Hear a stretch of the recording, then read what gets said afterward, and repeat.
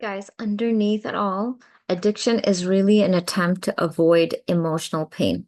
That's it. At the core of every addiction, whether drugs, alcohol, food, social media, right, or even overthinking, there's always a deeper root cause behind the addiction. And if we can understand that cause, then we can actually very easily break free from whatever the addiction is, okay? And by the way, if you're curious about whether you even are addicted to something or not, like if you're curious, like, am I really addicted to coffee, or not? Then here's a simple experiment. Stop doing whatever you do that you think you might be addicted to, for a week.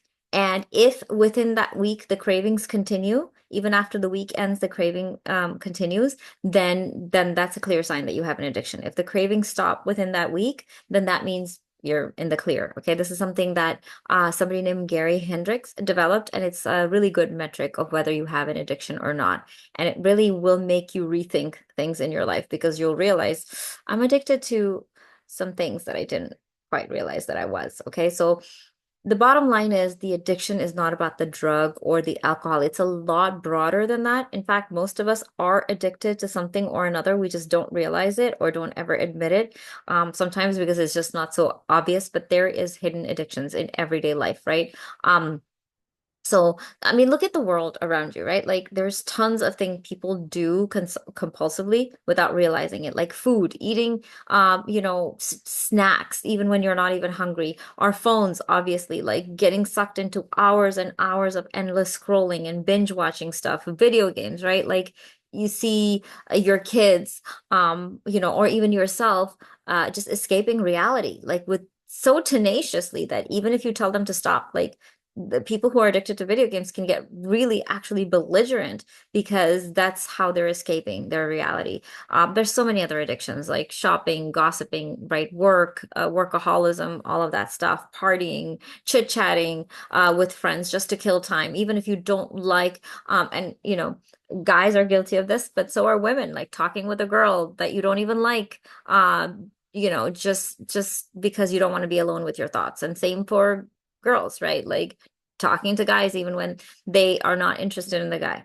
Um, but here's the thing, okay?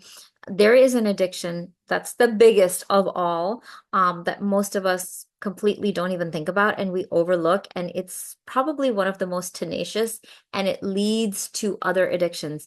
And that is basically addiction to thinking, addiction to kind of your own cognitive processes and your insights and your aha moments and your realizations and your research and your constant like Googling things, right? And you're just kind of like, well, how's that an addiction? But it absolutely is because we're so used to it. We don't realize that we are so used to being in our heads, thinking thoughts nonstop, right? We don't even notice it's happening. And this actually becomes such a tiresome process that this is how people get addicted to other things. They get addicted to drugs and alcohol because they're like, I just want the thoughts to stop.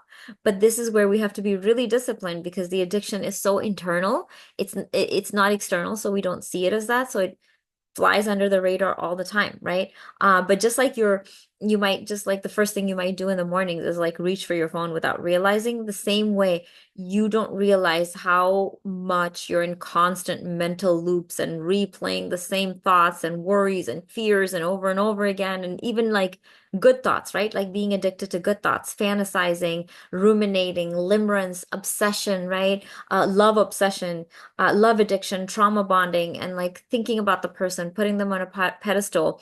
It's a way, it's nothing but a way to distract yourself, right? Just like drugs and alcohol, from facing what's really happening at a deeper level with you.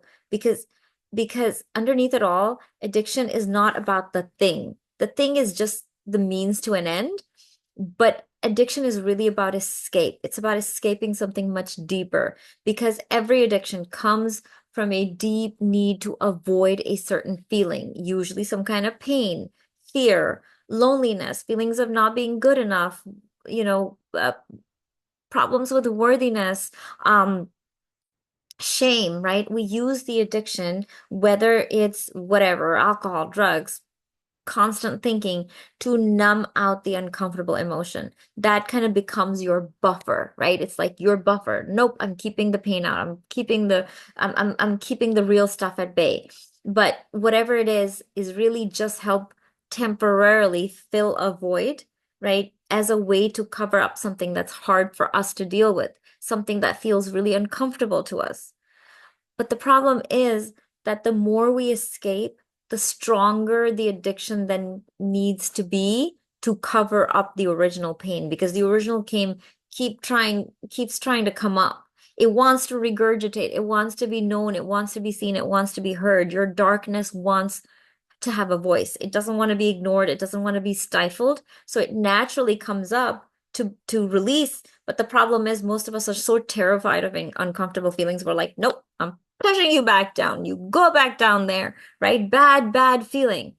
But thing is, the only way to overcome addiction or an addictive personality in general is to stop just only focusing on the behavior. It's good. We want to have some mechanisms to stop the behavior, the bad behavior, the addictive behavior. But if that's all we do and that's where we stop, we're really not going to get anywhere and we're going to relapse, right? We really have to start getting curious, so curious about how the behavior started, why the behavior started in the first place. What feeling am I trying to avoid so badly? That's the question you need to ask yourself. What is that deeper pain? What is the deeper pain that you're using the addiction to numb? And that's where the magic is, and that's where the beauty is when you're willing to sit with that pain, when you're willing to be present with the pain without the distractions, without the escape. That's where you actually heal yourself. I know it's uncomfortable, okay? As a therapist, I've done the work myself. I have walked, through my own darkness. I've walked through the fire because I know that the only way out of the fire is through the fire. So I know how uncomfortable it is, okay? But over time, you start to realize that you actually can face those emotions and you find out just how strong and resilient you actually are. And the most wonderful thing that you start to realize is that, hey, I don't need to rely on these external things to feel good, okay? And it feels phenomenal, unlike any other feeling, to be able to break free of the cycle, and the self-respect you gain in the process is just so wonderful.